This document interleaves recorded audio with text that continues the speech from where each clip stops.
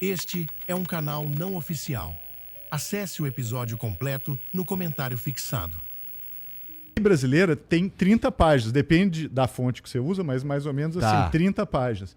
Cara, lei de 30 páginas, você imagina o que tem numa lei de 30 páginas. E a grande coisa dessa lei é que ela é diretamente decalcada da lei europeia. Uhum. Só que eles a lei se orgulham disso, tá? Então, eles mas falam isso com orgulho. O Brasil tem... A gente vai conseguir pegar esse bonde aí e brincar nesse mercado, porque assim, alguns outros trens a gente já perdeu, né? Ficaram pra trás. Como é que a gente tá, o Brasil, como é que a gente tá no lance da inteligência artificial? Cara, o Brasil é muito bom de perder trem, tá? A gente é muito bom em fazer isso, é impressionante. E o bonde dos semicondutores a gente perdeu já tem muito tempo. O Brasil tem uma fábrica de semicondutores que é estatal, que é a Ceitec. Tentaram fechar a fábrica muito nos últimos anos, não conseguiram, porque teve mobilização dos funcionários, etc. E eu acho que não tem que fechar mesmo, porque ficar totalmente de fora de, por exemplo, o Brasil não ter nenhuma fábrica, mesmo que ruim ou antiga, que é o caso da Ceitec, né? Um modelo de chip que é fabricado lá, é um modelo muito antiquado. Agora, não tem problema, porque fabricar chip, você tem que pular de galho em galho. Você não tem como fabricar um chip ruim e depois já fabricar o chip da NVIDIA, é impossível. Você precisa fabricar o chip ruim, depois você fabrica um pouco melhor, vai melhorando. É incremental a melhoria. Então, exatamente porque a jornada é longa, você tem que começar de algum lugar. Então, eu acho, na minha visão, que no mundo de hoje não é algo que você tem que abrir mão ou desistir. Eu acho que ter a ambição no Brasil de participar da IA em todas as camadas, né, a camada de software, a camada intermediária e na camada de infraestrutura, tem que ter. A gente não pode ser derrotado na largada. Então, eu acho que temos que pensar assim no que o Brasil pode fazer, né, hoje e ir saltando de galho em galho em termos de complexidade dessa cadeia para conseguir dar saltos cada vez maiores. Entendi. O que tem nessa camada intermediária que tu falou? Tu falou a software intermediária e a infraestrutura. O que tem na intermediária? Ótima pergunta. Você tem lá em cima, vamos dizer, a camada do usuário, né? Que é você acessando a IA. É um aplicativo que eu baixo no celular. Você tem eu estou fazendo isso grosso modo, tá? Porque a pilha é muito mais complexa do que o que eu vou descrever aqui. Você tem a pilha do treinamento, né? Do pré-treinamento e do pós-treinamento. Você no meio tem cloud. Você tem dados, data, né? Então você precisa de serviço de armazenamento, hospedagem. Você precisa de todos os protocolos, né, para esses serviços se conectarem com aplicações. E você tem a infraestrutura física do data center, que gasta muita energia elétrica e consome muita água, tá? Então a IA não é um negócio que as pessoas falam, tá na nuvem. A nuvem, ela é real, ela é real e a nuvem traz água. A IA, ela precisa de água e precisa de muita energia. E nesse ponto, isso é até uma oportunidade para o Brasil, porque se tem uma coisa que o Brasil faz muito bem, é a energia renovável. E o que está acontecendo hoje é que a gente está queimando petróleo, carvão e fósseis, combustíveis fósseis, né, para alimentar data center. Isso é uma loucura. Isso aí não faz o menor sentido. Agora, o Brasil, ele pode ser um líder na geração de energia renovável, que já somos, né? Globalmente a gente já está no topo. 93% da energia gerada no Brasil centralizada já é renovável por causa da base hidrelétrica. E da base descentralizada é 100%, tá? Então, nenhum país, a média global é 28%. Então, quando a gente está falando aqui, o Brasil ele pode ser e pode, inclusive, enriquecer vendendo energia para data center. A demanda por energia vai explodir. Nos Estados Unidos, eles estão apostando em energia nuclear, que leva, às vezes, 20 anos para você conseguir construir e colocar no grid. Não, o Brasil não. Você pode ter eólica, você pode ter biometano, você pode ter solar E especialmente o biometano é que eu acho mais interessante, que a gente devia explorar. Mas assim, é isso, assim, o país, se tiver a visão, a gente pode ficar rico vendendo energia para essa demanda gigante que os data centers vão trazer. Isso. Vai falar. Não, eu concordo com você. Eu acho que você está assim, no ponto preciso da coisa. Eu tenho uma visão um pouco negativa sobre alguns processos no Brasil. Você falou, o Brasil é bom de perder trens. Eu concordo que o Brasil é bom de perder trens. E eu diria o seguinte, assim, na camada realmente do hardware, a gente está muito atrás. Eu entendo, eu concordo com você que aniquilar a indústria não é estratégico, entre outras coisas, porque a gente tem gente sendo formada, né, sair das universidades. Então, e outra coisa, né? Uma geladeira tem chip, a porta do carro tem 20 chips. Então, faz chip de porta de carro, tá tudo certo, entendeu? É isso que é a realidade. Outra discussão é o chip de 2 nanômetros que está começando os pedidos lá na TSMC. É outro bicho. Tudo bem. Agora, eu acho que outro dia eu estava num evento, eu acho um evento muito, muito bacana, e em que tinha uma discussão importante sobre como a gente traz a inteligência artificial para a vida das pessoas no país, como a gente incorpora. E aí eu falei um negócio assim, eu comecei assim, olha, eu acho que às vezes as decisões são muito difíceis. E eu vou trazer uma decisão difícil aqui, um dilema, tá? E os dilemas, enfim, eles permeiam as nossas vidas. Então, por exemplo, o PL da inteligência artificial. Já vou botar logo o elefante na sala. Boa. O PL da inteligência artificial é lindo. Eu adoro a carta escrita pelos artistas. Poxa, minha simpatia é com os artistas. Até saiu uma foto. Sabe, claro que eu estou a favor da Maria Bethânia, não de um capitalista americano, não tenho nem dúvida disso. Mas o PL da inteligência artificial no Brasil, ele é o que, na minha leitura, até eu queria depois saber a sua, que vai ser muito bom, inclusive se você discordar de tudo, que o advogado é você, mas a minha leitura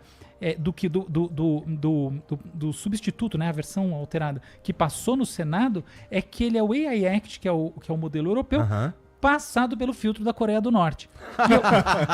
E eu vou dizer por quê. A minha leitura é a seguinte, que no mundo jurídico, silêncios falam. Isso é muito importante. Então o AI Act, ele diz que, por exemplo, todas as obras usadas para treinar o modelo têm que ser listadas. Pronto. E ele não fala explicitamente que você deve remunerar os autores. Mas como está tudo listado, o que está implícito? Você tem um autor relevante, então é o The Guardian. O The Guardian vai falar, meu amigo, você vai me pagar ou você vai perder na justiça e ponto final. Agora, você tem um cara que escreveu um blog, ou por exemplo, ele põe post no LinkedIn, ele não vai entrar nessa discussão, entendeu? Porque ele não vai ganhar, não vale o custo. No Brasil, a cláusula é explícita. Então diz assim, eu esqueci as palavras, mas é basicamente assim, todo autor, tem que ser remunerado. Qualquer coisa assim, completamente on the nose. Não lembro as palavras, mas é um negócio assim. On the nose. Pronto. Então isso significa que E outra coisa, se o sujeito quiser tirar o conteúdo dele do modelo, dar um opt-out, ele pode. Então quer dizer, eu gastei, vamos dizer que eu fui tão econômico quanto a DeepSeek, eu gastei 35 milhões de reais, 40 milhões, uma merreca dessas, mas que para muita gente é algum dinheiro, 40 milhões é pouco, mas para os outros é bastante. Então, o cara foi lá, gastou 40 milhões de reais, e aí surgiu um cara que tem um blog e fala assim, não, você treinou com o meu blog, tira, eu tô vendo aquele listado, faz de novo. Mas com essa cláusula simpática, você acabou de matar a indústria. É verdade. Então, entendeu? Então, e olha como esse lance dos dilemas é interessante, porque é óbvio que eu entendo que os artistas têm que ser remunerados, mas a gente tem que entender que, às vezes, você não precisa colocar tão assim, porque quando você põe todo mundo no barco, que também, óbvio que eu tenho essa simpatia por todo mundo no barco, você acaba terminando numa situação que você não vai ter a tal da indústria. É isso. É isso. Um outro exemplo da mesma coisa. O Brasil, infelizmente, ou felizmente, para mim é mais infelizmente, o Brasil, ele é um expoente na produção de armas. É bizarro, mas é verdade. Tem megas empresas que produzem armas. Tem armas, balas nossas estão usadas nos diferentes conflitos. Tem bala nossa na Ucrânia, tem bala nossa lá em Gaza, tem bala onde você procurar. O Brasil é bom disso, tá bom? E o Brasil é bom na indústria aérea. Aeroespacial. O Brasil tem empresas grandes, que não são só exatamente brasileiras, como a Embraer, é mega indústria. O PL da inteligência artificial, ele traz no mesmo pacote uma discussão que é se o blog do senhor Nilson ele precisa ser monetizado pela empresa de IA, que é, sabe, um papo assim, e a proibição sobre o desenvolvimento de armas autônomas. Os europeus, que não são bobos nem nada, não botaram esse papo lá. Por quê? Porque isso você vai discutir na ONU, você vai discutir com todo mundo. É um jogo que você não se voluntaria para ser o exemplo da maioria. É tolice fazer isso. E no caso do Brasil, olha só, quer dizer que a Embraer... Tolice é uma palavra deliciosa, né? Delícia, Nossa, né? cara. Tolice. Você é um Eu peguei esse tolo. negócio com o Vinícius Mota lá da Folha. Muito bom. Ele falou assim, o cara é um tolinho, assim, eu acho tão genial, que é Muito tolinho, bom. entendeu? Então você não se voluntaria para dizer, não. Por quê? Porque pensa na Embraer desenvolvendo a próxima geração dos seus aviões. Óbvio que piloto de avião devia procurar começar a pensar... seu filho quer ser piloto de avião, é melhor ele começar a pensar em oportunidades. Porque é uma coisa que... É óbvio que você tem que botar um sistema autônomo que vai funcionar muito melhor. Porque então a máquina custa bilhões ali. E é um negócio super sério. Então, você tem um avião e ele tem um dispositivo. Por exemplo, um avião que monitora fronteiras. Que se atirarem nele, ele atira de volta, ele é classificado como uma arma autônoma. Na verdade, se ele dirige sozinho e ele tem alguma arma, ele é arma autônoma. Se ele explode de uma maneira diferente quando abatido, ele já é arma autônoma. E o Brasil não vai poder fabricar, então a questão não é nem usar. Então tem 40 mil pessoas nessa indústria. Entendido. Então são essas coisas que a gente tem que entender, sabe, com uma visão um pouco mais nua e crua. Total, a gente olha pra isso daí como assim, isso aqui obviamente é bom, porque ó, né, é ruim Claro, tomar quem quer arma. Eu não quero arma autônoma.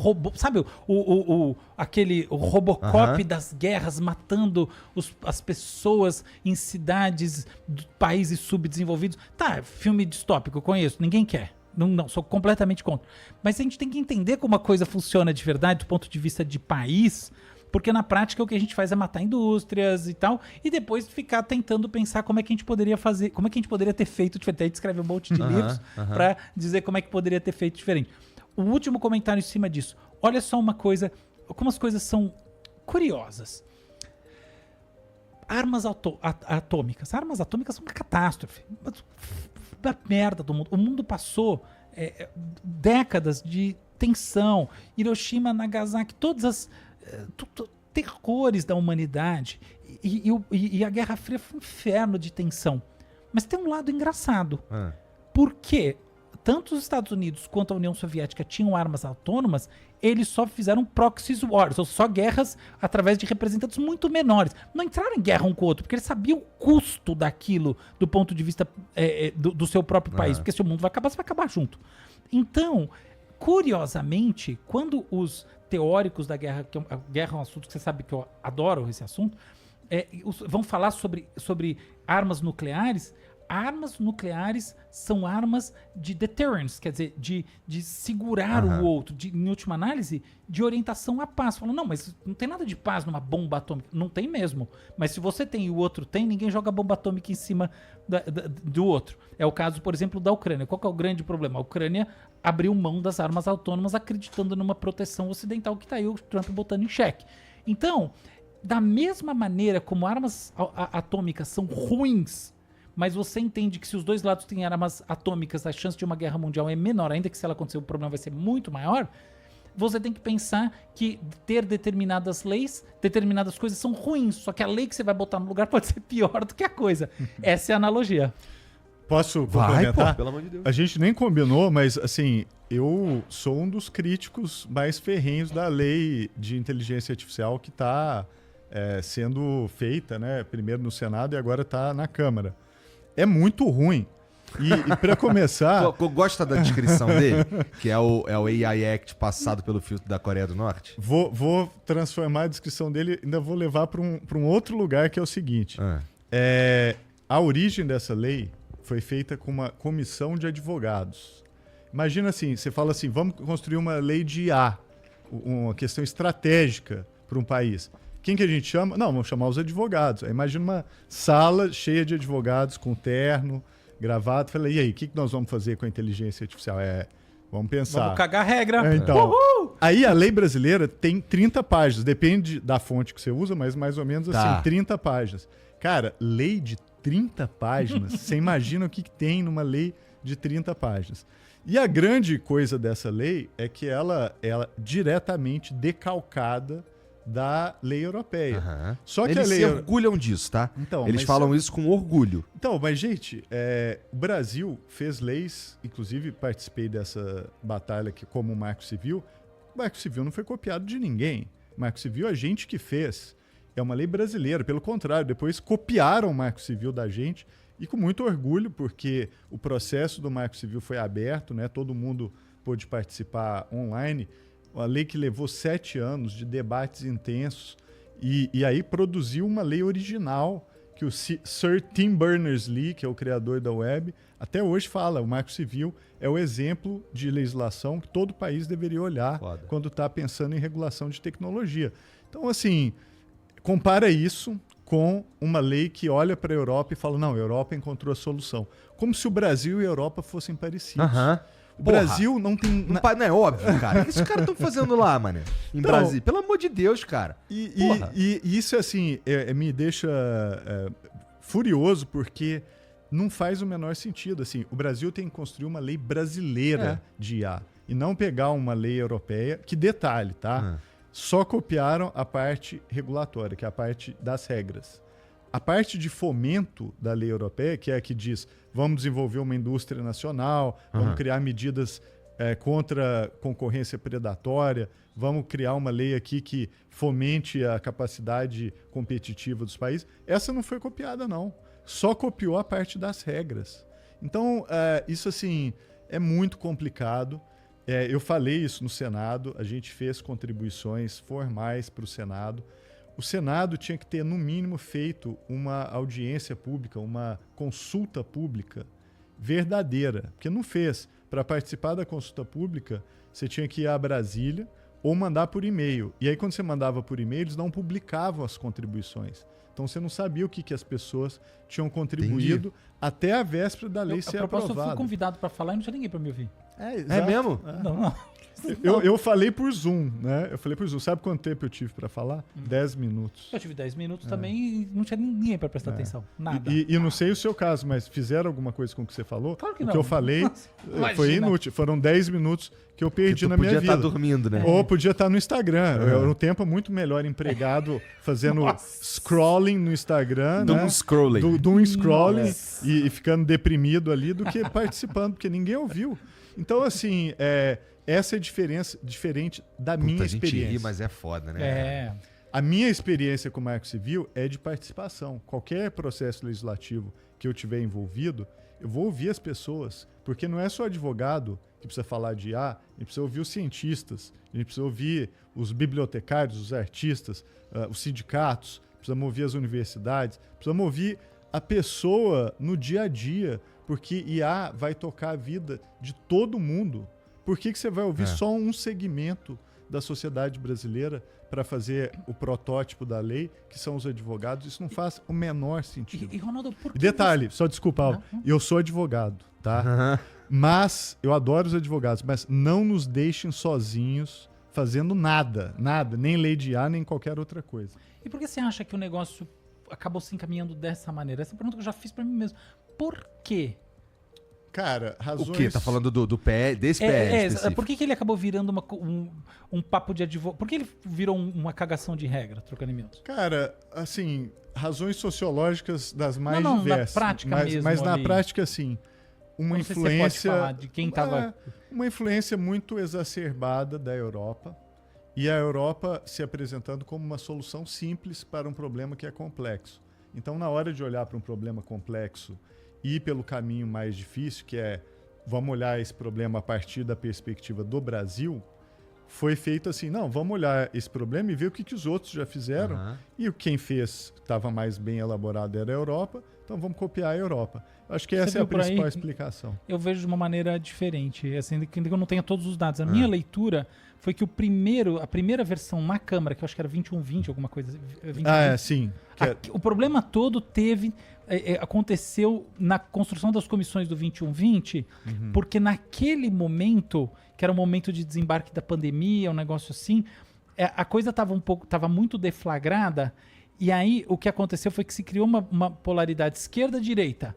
E aí, no final das contas, foi nesse embate que a coisa acabou seguindo um caminho autoritário. Porque, no final das contas, a grande discussão era a relatoria, era quem mandava no PL. Subitamente, o PL se tornou altamente estratégico para diferentes grupos, tanto grupos de políticos à esquerda quanto grupos políticos à direita. E a hora que as pessoas estão querendo, né, debater e dominar a autoria de qualquer coisa do ponto de vista legislativo, todo mundo se deu mal. Porque aí, evidentemente, vai se tornar uma moeda de troca ali interna para você poder ter isso. Tanto que ele começou com uma... Quem era o primeiro relator, você lembra? Não lembro. E o 2120 nem era bom, era um projeto fraquíssimo. Era uma merda total. Só que aí substituíram uma merda inofensiva por uma merda problemática. Foi isso. Mas como ele começou muito politizado, todo mundo querendo ser pai da criança... Aí começaram as trocas políticas. Foi esse tipo de jogada. Era assim. Mas todo mundo queria ser o pai do projeto, mas ele não tem. Ele na opinião de vocês, ele é bem aceito pelos usuários, pela sociedade? A gente porque sociedade lê sociedade alguma coisa? Sabe. Os caras não sabem o que é que se foda. No Marco Civil sabia. Por quê? Porque a sociedade foi consultada. O Marco Civil veio de baixo para cima. Você falava com as associações das lan houses. Você tem uma idade parecida com a minha, você lembra da Lan House. Nossa, o Álvaro, que é muito jovem, não vai lembrar do que é uma ao contrário, jovem ao contrário. O Álvaro que já era muito velho naquela época. Esse cara é 9 anos mais velho que eu, parece? Eita, né? Puta que pariu, hein, família? Tá bom, vai lá. É o Peter Attia, vai pro protocolo do Brian Johnson. Eu sou velho o suficiente para ter frequentado muito a Lan House.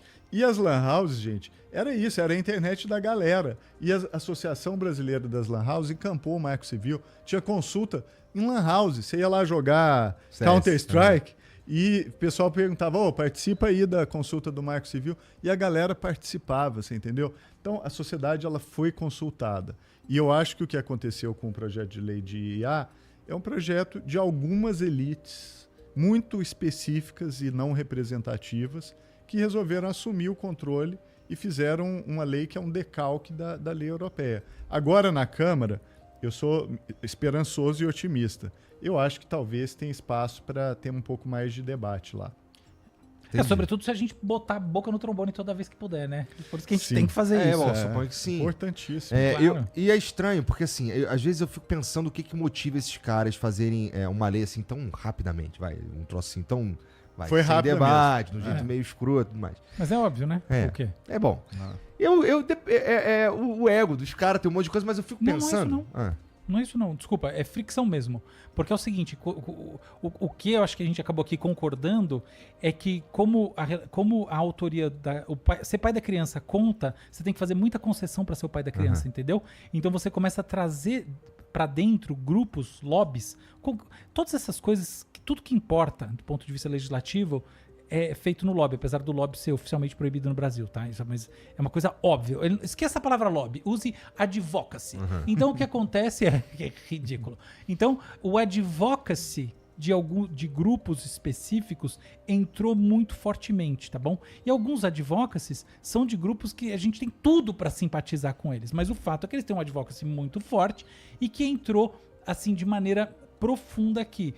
Então, por exemplo, só um detalhe, uma coisa que não tem nada a ver com inteligência artificial, mas só lembrando que no primeiro PL, a questão que entrava aqui era fake news nas redes sociais. Você lembra disso? Sim, lembro. Fala, meu querido, não, entendeu? Isso aqui é outro bicho, Mas é isso. Então, por que entrava? Porque havia naquele momento um advocacy muito forte, tá? De instituições que, inclusive, eu sou próximo, gosto, tudo. Mas eu entendo, e essa questão era fundamental. E os caras estão pensando, onde que eu consigo enfiar essa discussão antes que ela morra? Porque eu não posso que ela morra no Brasil.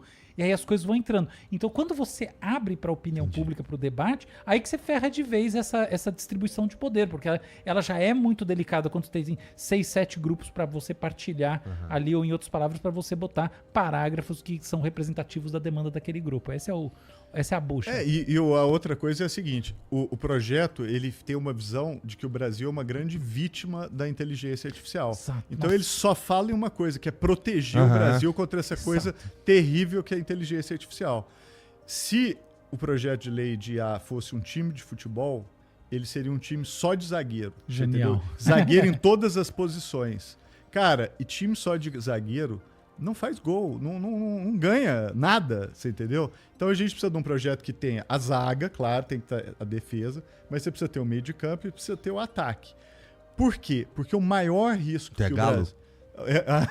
Não. Eu sou São Paulo. Tá, São Paulo. Tá. Mas é o seguinte, apesar de ser mineiro, tá? Minha família em Minas, todo mundo é galo. Então um abraço para todo mundo lá. Mas o maior risco... político, futuro político. O maior risco que o Brasil corre é a gente ficar de fora do desenvolvimento da inteligência artificial. De que a inteligência artificial toda que é usada no nosso país tenha sido desenvolvida em algum lugar que a gente não tem a menor ideia de como aquilo funciona. E aí perdemos mais esse trem. E aí, isso é risco para a soberania nacional, para as indústrias locais, para a competitividade do cara que está abrindo uma startup ou o cara que tem um banco no Brasil. Isso, assim, é questão existencial para o nosso país. O Brasil ficar de fora completamente da inteligência artificial e de todas as camadas que ela envolve, isso para a gente é uma ameaça existencial. Porque aí a gente fica refém, entendeu? De indústrias que vão ser extremamente importantes e sobre as quais a gente não tem domínio nenhum. Esse é o maior risco que a gente tem que se proteger. Então, o risco da gente ser vitimado e tal é um risco real, a gente tem que levar ele a sério. Mas, como eu falei, a gente tem que jogar no ataque. Não dá para falar de inteligência artificial jogando só na defesa e assumindo a posição de vítima. Que a gente tem plenas condições, na tua opinião, de jogar no ataque. Não tem a menor dúvida. Não tem a menor dúvida. As capacidades que o Brasil tem, o Álvaro sabe muito bem, e sou fã do trabalho da Locomotiva, que é uma das instituições que melhor conhecem o Brasil, né? Brasil real, inclusive. Eu não tenho a menor dúvida de que se a gente decidir para que lugar a gente quer ir, a gente chega lá. O problema é nenhum vento ajuda quem não sabe a que porto veleja. Hoje a gente não sabe onde a gente quer chegar. Então, se você não tem um destino, não adianta nada. Então, o Brasil... E aí eu já te digo qual que, na minha visão, deveria ser a visão brasileira. O Brasil deveria apostar em... Desculpa, fiquei até emocionado, perdi as palavras. O Brasil tinha que apostar em inteligência artificial no modelo aberto, open source. O Brasil sempre foi muito bom em open source. Por 10 anos, eu frequentava o Fórum do Software Livre em Porto Alegre. Vinham programadores do mundo inteiro de primeira linha, tá? Vários desenvolvedores de IA hoje de primeira linha. Sim, né? Este é um canal não oficial. Acesse o episódio completo no comentário fixado. Se você gostou deste corte, aproveite para se inscrever no Pod Trechos. Deixe também seu like, sua inscrição e curta mais um corte.